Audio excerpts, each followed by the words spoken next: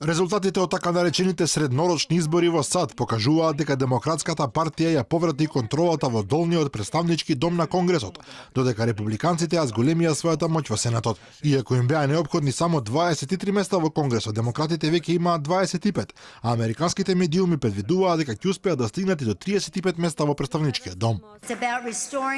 Овие избори не беа само заради демократите и републиканците, туку и за враќање кон основите на американскиот устав, за враќање на контролата и рамнотежата во администрацијата на Доналд Трамп. Демократскиот конгрес ќе работи на решенија кои обединуваат, бидејќи доста не е од поделби. Од друга страна, републиканската партија и председателот Доналд Трамп се задоволни бидејќи ја задржаа контролата врз Сенатот. Добија тројца сенатори повеќе, а некои симулации покажуваат дека на крајот од изборниот процес ќе дојдат и до дополнителни двајца.